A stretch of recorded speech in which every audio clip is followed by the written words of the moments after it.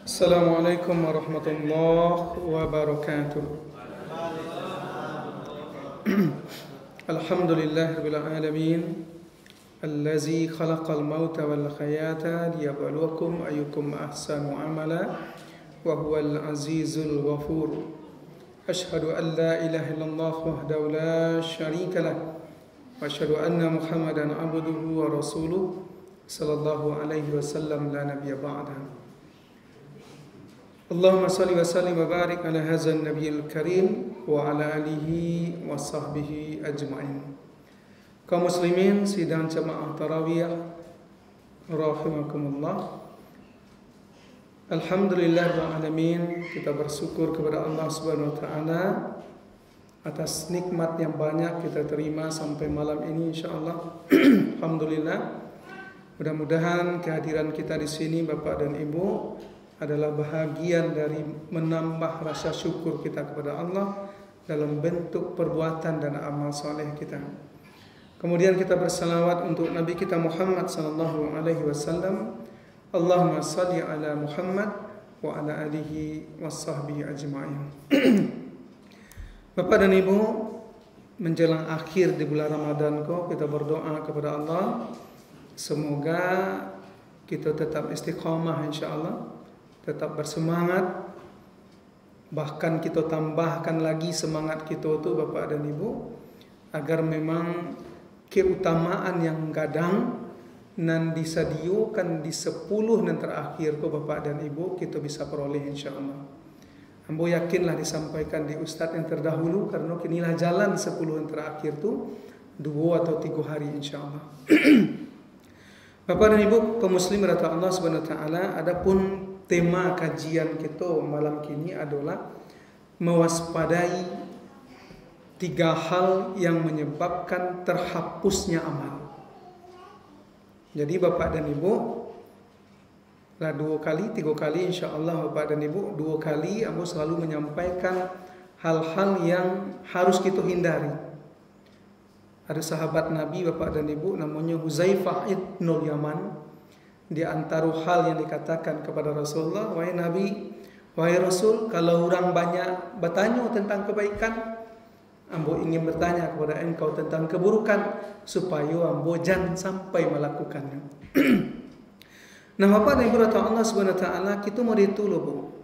Bapak, salah satu harapan kita, karajo kareh kita, latihnya kita, pengorbanan kita Bapak dan Ibu, dan keinginan dan harapan kita, amal kita memang kita terima di akhirat, menjadi catatan amal soleh sebagai pemberat timbangan kebaikan, sebagai pemberat timbangan kebaikan Bapak dan Ibu, sehingga kita bisa menerima amal kitab catatan kita tu insyaAllah nanti di tangan kanan kita Bapak dan Ibu.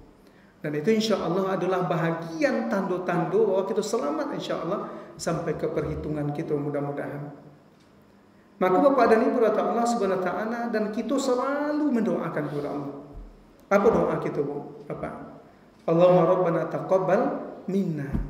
Ya Allah, terimalah amal soleh kami.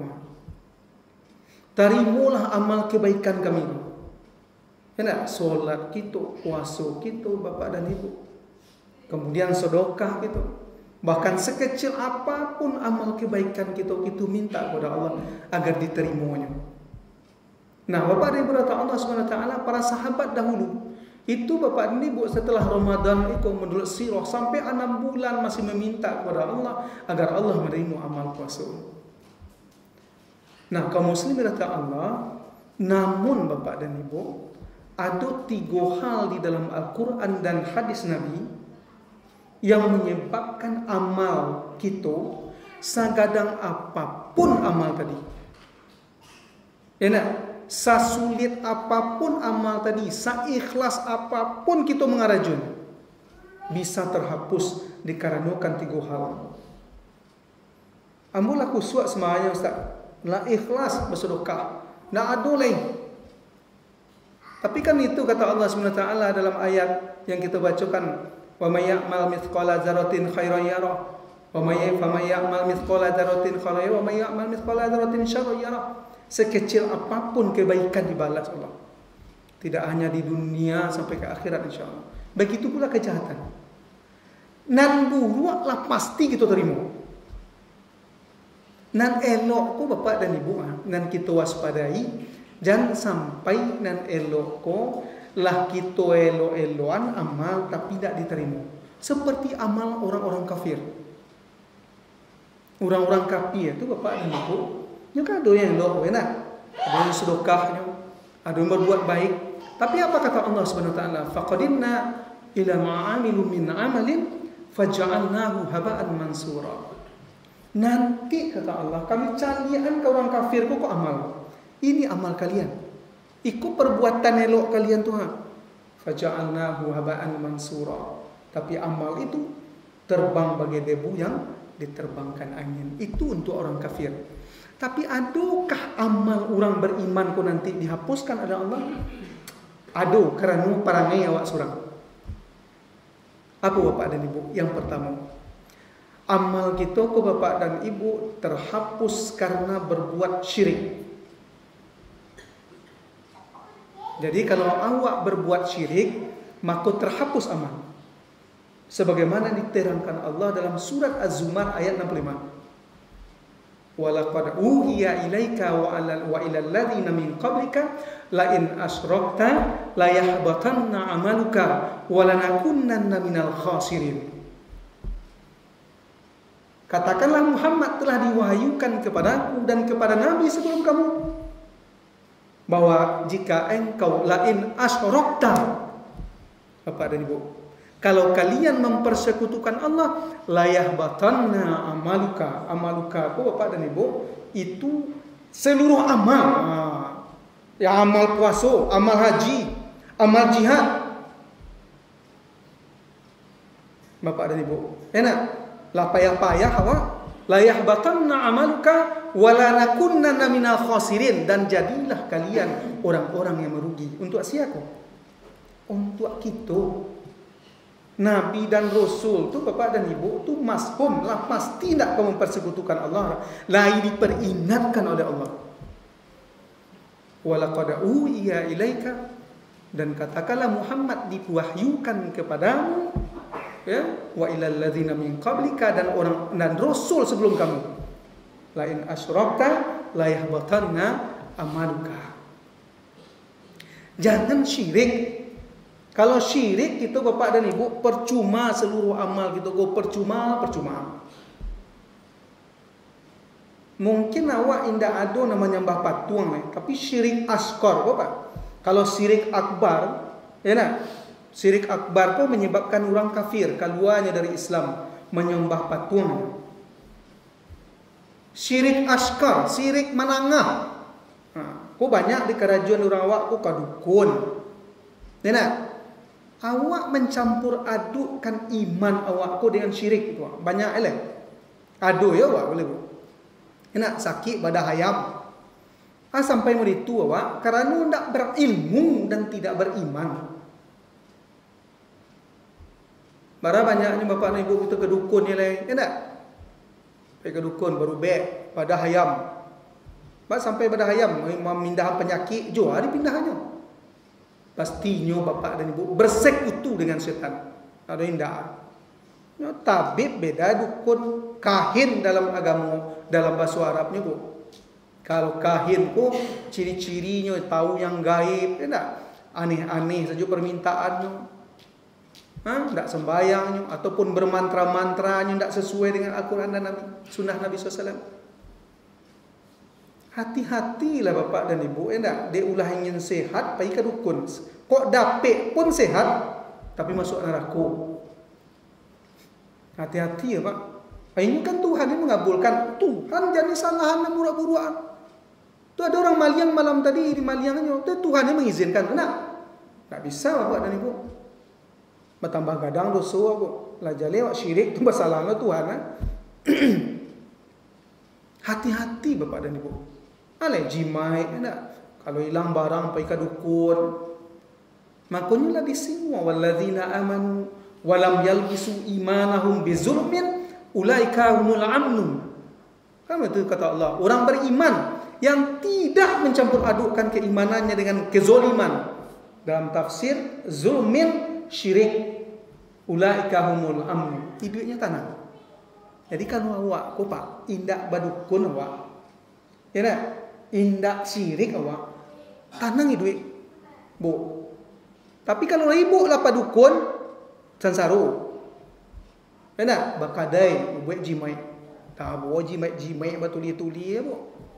Supaya laku. Nah itu jimai ado kalau mau jual goreng wak gadang goreng itu murahan. Banyak orang mau belanja. Tak perlu jimai ke jimai. Sakit seketik ke dukun. Orang pintar. Mas sampai orang pintar disabui dukun tu bu. Karena awak bodoh. Maaf ya bu ya. Maaf bu ya. Itu kecil orang mau baca di Facebook. Mas sampai orang dukun tu disabui orang pintar. Karena orang yang datang situ tu bodoh cik kan. Jadi kita ku bapak dan ibu harus salimul aqidah. Salamai an akidah awak. Jangan sampai bergaul je dukun. Punya kepercayaan atiyaratun syirkun. Berperasaan sial itu syirik. Nah, contoh perasaan sial tu pak. Berbunyi buruang. Asyik nak mati. Nak? Burung murai bunyi. Burung murai kini tangkor orang mahal. Ada bu. Kalau dulu bunyi burung murai asyik nak mati. Kau itu bu. Tak boleh nikah bulan itu bulan itu. Itu atiyarah. Tiyarah. Tatayur. Dan itu syirik. Ada bapak dan ibu hari elok hari buruk. Ada tu dalam agama awak. Dan itu syirik menurut hadis Nabi SAW. Banyak nikah bulan hari ayu bu. Hari buruk. Sedangkan lagi di Kaabah. Saya nikahnya lagi baca hari baru. Pakai cik hari buruk. Kurang rancak aja lah. Di Kaabah nikah artis tu bu. Enak? Pulang di situ 2 bulan 3 bulan. Dibolo balik di berita. Nak lah baca hari. Nah, luruskan akidah, bersihkan bu. Kalau ingin pak amal-amal soleh itu diterima oleh Allah. Makanya bapak dan ibu, ya nak 10 tahun Nabi di Mekah tu, alun ada perintah puasa le bu. Solat ko bapak dan ibu 5 tahun setelah kenabian perintahan. Akarajo Nabi membarasiahkan masalah akidah supaya orang jangan berbuat syirik. Nah, mungkin itu nang kurang pelajaran dia wak pak. Ya nak? Wak langgar sih itu. Apalagi orang Pasaman Barat, orang Koje, sampai kemari kinali awak aku bapak dan ibu. Ya nak? Suku badukun saduk itu. Hari kini bapak dan ibu, kalau kita mempersekutukan Allah, indak diterima amal-amal kita kodoha. Bayak kadang ataupun ketek amal.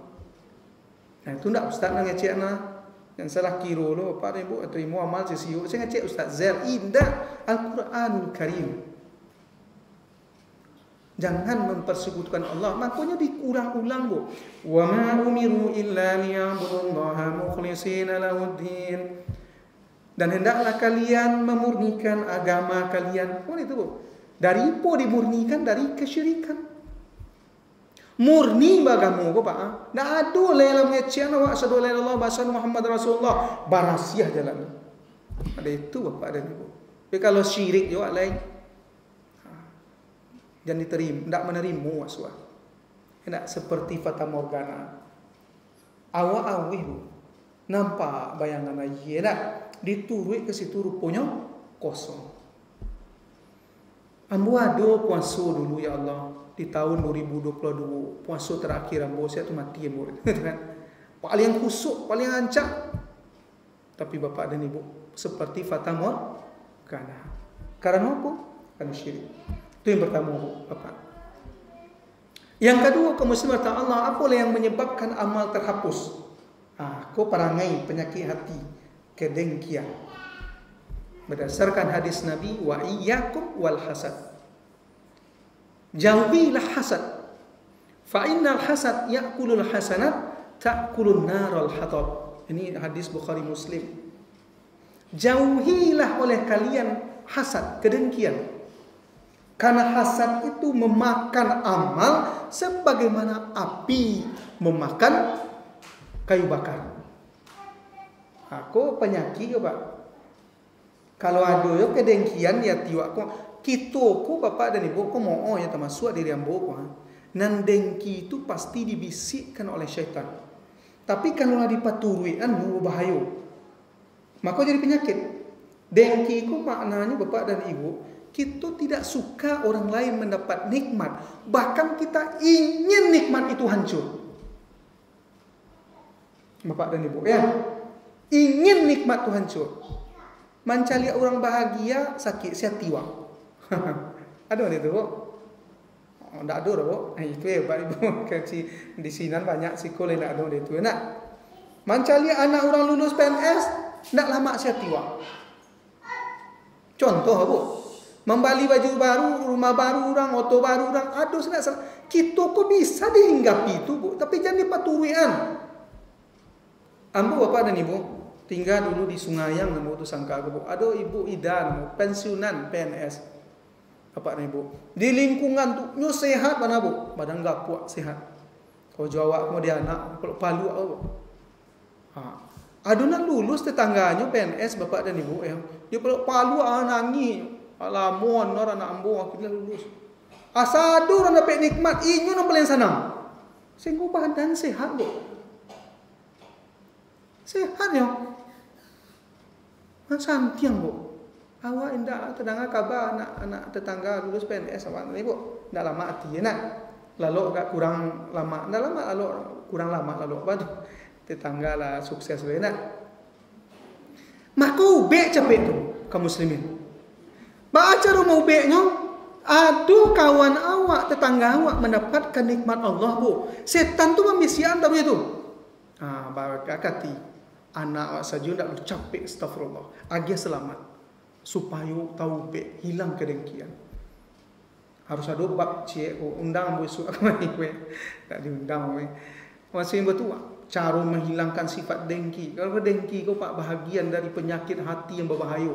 Bahkan disampaikan oleh Nabi sebagai amal, sebagai perbuatan yang menghapus amal. Fa innal hasad ya'kulun narul hatab. Karena hasad kau membakar ya bu, kebaikan sebagaimana api membakar kayu bakar. Sama bapak dan ibu mencalia mencalia sekam dadak ni tahu bu. Dadak tu kalau tabakan di luar nak tangguh rancak dia nak. Tapi dibuka betul lahangwi nama itu bu.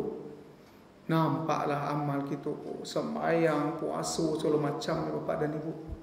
Tapi rupanya lah habis dibakar oleh api. Ana membakarnya kedengkian. Maka untuk itu bapak dan ibu tolong ikut mulai dari ambo. Hilangkan sifat dengki ko bu. Tibonyo hilangkan. Tibo balik kalau perlu turuinyo. Nana mendapat nikmat Allah SWT tu. Kena supaya ibad habis je bu. Nampak kawan bau tu rancak awak magi selamat dulu. Masya Allah, alhamdulillah lah bau tu rancak gini. Supaya yang pertama inyo senang, yang kedua hilang kedengkian. Hilang kedengkian. Apalagi kalaulah sampai menjadi amalan. Ya nak, amalannya awak hancurkan nikmat orang lain. Difitnah, diiko, di itu, maka tunggu kehancuran. Jadi bapak dan ibu, itu yang kedua. Hati-hati. Ya, dengki. Iko indah ibu ambu itu. Kadang bapak dan ibu awak ustaz nak. Ada lu ustaz lebih hebat awak anak. Banyak. Padahal sama sekolah juga. Sama mengaji juga. Tak ibu ustaz bisa saling dengki bu. Ulama bisa saling dengki. Karena syaitan tu kan tidak di orang-orang awam saja. Mari itu bapak dan ibu bahayanya kedengkian. Tu ciek lo babnya bapak dan ibu masalah dengki. Banyak cerita membaca bapak dan ibu cerita-cerita orang yang memendam kedengkian. Dan syaitan itu bapak dan ibu salah satunya terusir dari surga Allah Subhanahu Wa Taala karena kedengkian kepada Adam alaihissalam. Itu yang kedua. Nan ketiga, ana menghapus amal. Hadis bapak dan ibu yang disampaikan oleh sahabat Syu'ban, apa kata Rasulullah SAW, bahwa kata Nabi, sesungguhnya aku mengetahui seorang hamba yang datang kepada Allah dengan amal sebesar gunung Tihama. Aku tak tahu gunung Tihama. Entah di mana gunung, tapi mereka itu kecil Nabi gadangnya. Namun Bapak dan Ibu, amal itu Bapak dan Ibu dihapus oleh Allah seluruhnya. Lalu bertanya Syu'ban, sahabat Nabi, wahai Rasulullah, siapakah orang ini yang amalnya sekadang gunuang tadi, sagunuang gadang tu ha? Ya nak? Inyo berinfak, bersedekah, sembahyang tahajud, sembahyang berjamaah, berjihad di jalan Allah. Baru kadang amal ni. Wahai Rasulullah, kata Syu'ban, sampaikan kepada aku siapa orang ini supaya kami mengetahuinya, supaya kami tidak melakukannya. Maka kecek Nabi, Bu, dia dari golonganmu, seperti dirimu, kulitnya sama jo kalian, sama pakaiannya, sama ke masjid, sama solat malam seperti kalian. Namun, kok kuncinya, Bu ya? Ketika dalam kesendirian dia melanggar perintah Allah Subhanahu wa taala. Apa kuncinya, Bu? Di dalam kesendirian inyo bermaksiat. Kalau rami-rami model koko, inyo bukan soleh, Pak. Kopiahnya, jangguitnya, tapi ketika kesendirian, orang lain tak kenal dengan dia, maka dia berani bermaksiat kepada Allah. Kopiah wajib, pergi ke Jakarta ni Pak, berzina. Na'udzubillah. Di Jakarta tu tak ada yang kenalnya dah.